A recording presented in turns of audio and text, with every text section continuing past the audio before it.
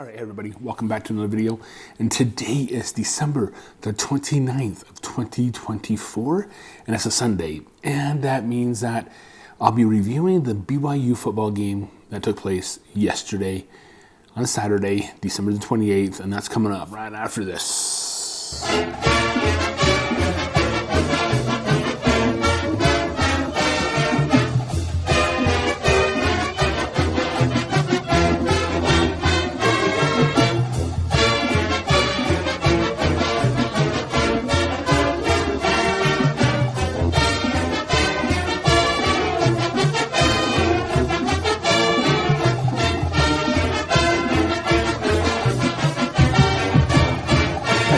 Welcome back to Just Justin.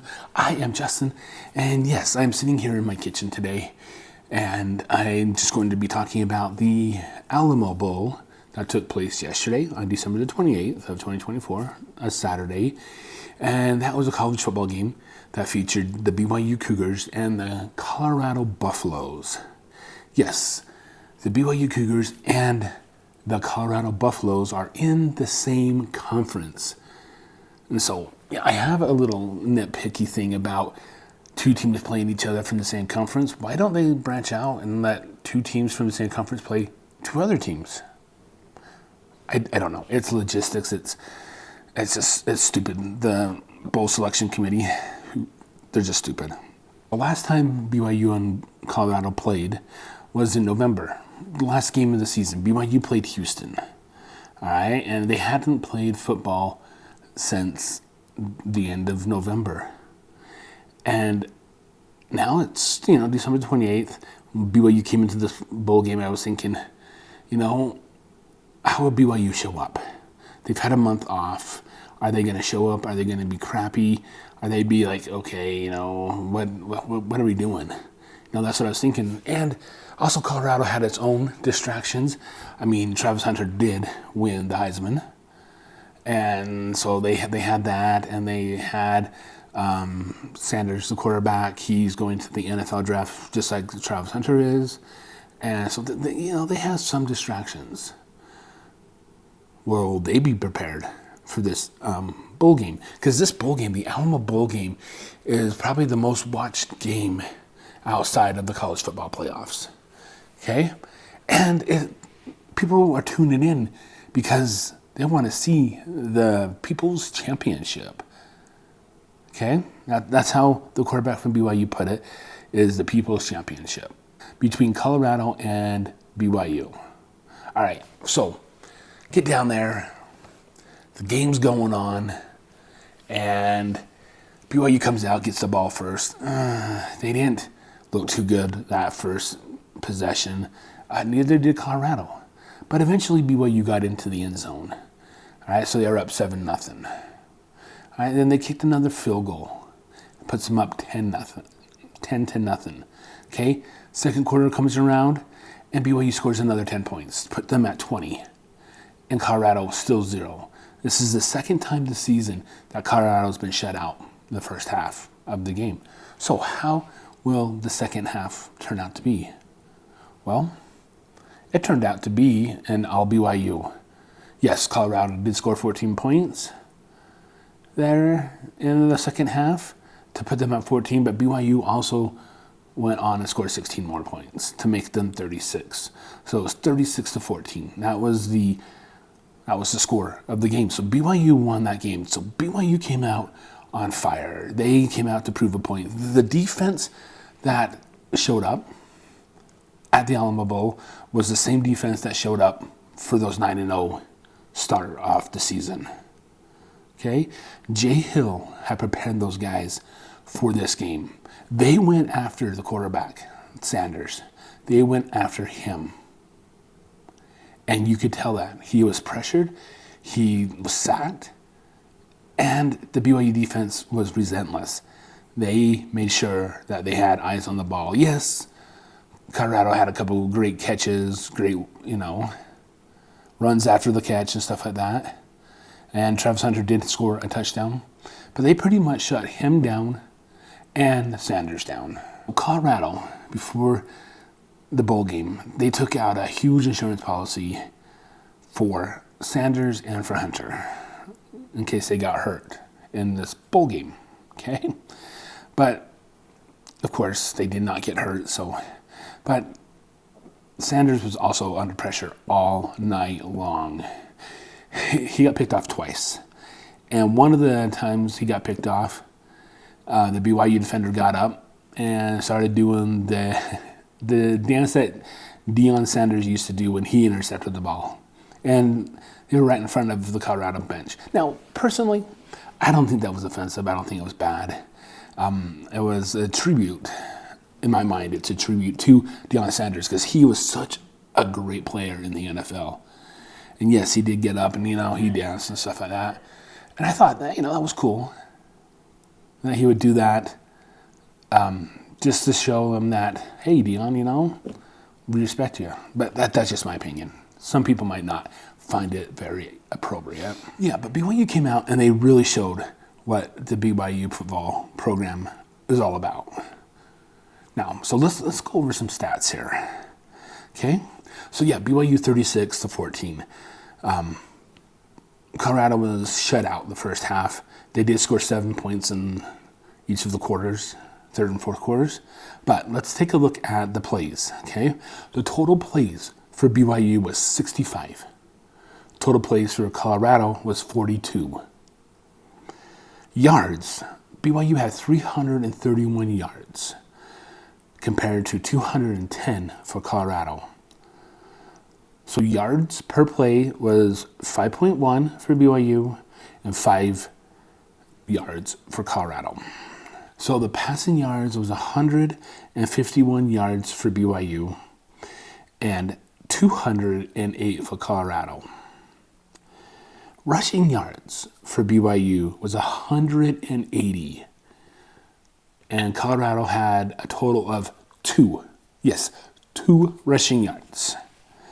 They had sacked Sanders for huge losses. I mean, Sanders was just under pressure, sacked all night long. So yeah, they had 2 yards rushing. First downs, BYU had 22, Colorado had 9. Fumbles lost was 0-0. Interceptions, BYU had 3. The quarterback threw 2, and Bowman or something like that, he threw 1 as well. And then Colorado only had 2. Penalties, BYU had 9 for 80 yards. Colorado had 8 for 65 yards. The time of possession was BYU 35-56, and Colorado was 24-04. So, yeah, let's take a look at something here. LJ Martin had 17 carries for 93 yards, and he had 2 touchdowns. Okay?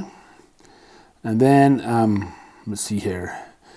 LJ Martin also had the highest receiving yards with 2 catches for 33 total yards. Lassiter, who had to sit out the first half because of the incident that took place in Houston, the Houston game, he had 2 catches for 24 yards. Okay? And Glaxter, he was the linebacker for BYU on defense. He had 4 solo tackles and 1 interception. He's the one who did the neon dance in front of the Colorado bench. All right, so for Colorado, Sanders he was 16 for 23 for 208 yards, 2 touchdowns, and 2 interceptions. So the rushing yards was 25, 11. Okay, so you're thinking, well, that's a lot of yardage. No, it's not. Sanders, the quarterback, had negative 34 yards rushing because he was getting sacked all the time. All right, and Travis Hunter, he had 4 catches for 106 yards, and his longest was 58 yards, and he had 1 touchdown. All right, so this game right here was a good game, okay? BYU was in full control of the game the whole entire night. They came to San Antonio to play a game. They did leave on the 24th, Christmas Eve, to go down to San Antonio, get situated and stuff like that. And so I don't know if that has something to do with it, the mindset or whatever. But BYU came out. This is the BYU team that we saw at the first of the season that went on that 9-0 run. And this is the defense that I wanted to see all year long. And they came out tonight and they proved against a very good Colorado team with some good stars on it that they could play and win a bowl game. Now, yes, that means that the Big 12 lost a bowl game and won a bowl game in the same game. So it doesn't, the record doesn't look too good. So, it is what it is, right? It is what it is. So, right now at this time, my hat goes off to Sanders and Hunter. They stayed in the whole game. They played the whole game. They didn't have to. They could have just said, hey, you know what? I'm hanging it up. I'm good. But they stayed in and played the whole game. Even though they're both leaving Colorado to go on to the NFL, they stayed in and played the whole game. Now, I can't say that about a certain quarterback from another school who got his record and then sat out because that was it. That was all for him. He's not a team player. But Sanders and Hunter, they are a team player. That makes me have more respect for Deion Sanders and what he's doing in Colorado, and more respect for Sanders and Hunter for not sitting out when it was getting tough on them. Yes, they didn't have the very best games. I mean, BYU totally shut down that Heisman Trophy winner. Totally shut him down. Yeah, he did have 100 yards, but he wasn't that effective. So Hunter played cornerback as well, and BYU totally shut him down. He did not even have an interception in this game. So that goes to show you that BYU, how good they are at making sure the players were taken, not out of the game, but they were taken and not effective at all. Because when Ty Detmer won the Heisman Trophy, they were in Hawaii. They just came out. They just came out and destroyed BYU. They destroyed Ty Detmer. They hurt Ty Detmer. Okay? Now, BYU would never do that. Well, I would hope they would never do that. But they made the Heisman Trophy ineffective. Yeah, he is a good player. He can catch the ball and run. And he did have a touchdown. But BYU kind of taken that star out of the game, and they pressured the other star all night long. So that is it for the Alamo Bowl. BYU season is over for 2024. I'll be having a follow-up video about the overview of the BYU football season. That's coming up here later in January. And so just stay tuned for more football videos here, because college football is winding down. And also stick around for some more stuff that's coming out here on Just Justin. It's just random videos. It's not some niche I have here. I'm going to be talking about BYU sports. No, I'll be talking about carnivore. I'll be talking about a lot of things here on Just Justin, because it's all about me, Just Justin. All right, guys, I appreciate you guys. If you did find some knowledge or like this video, give it a thumbs up. I would really appreciate it.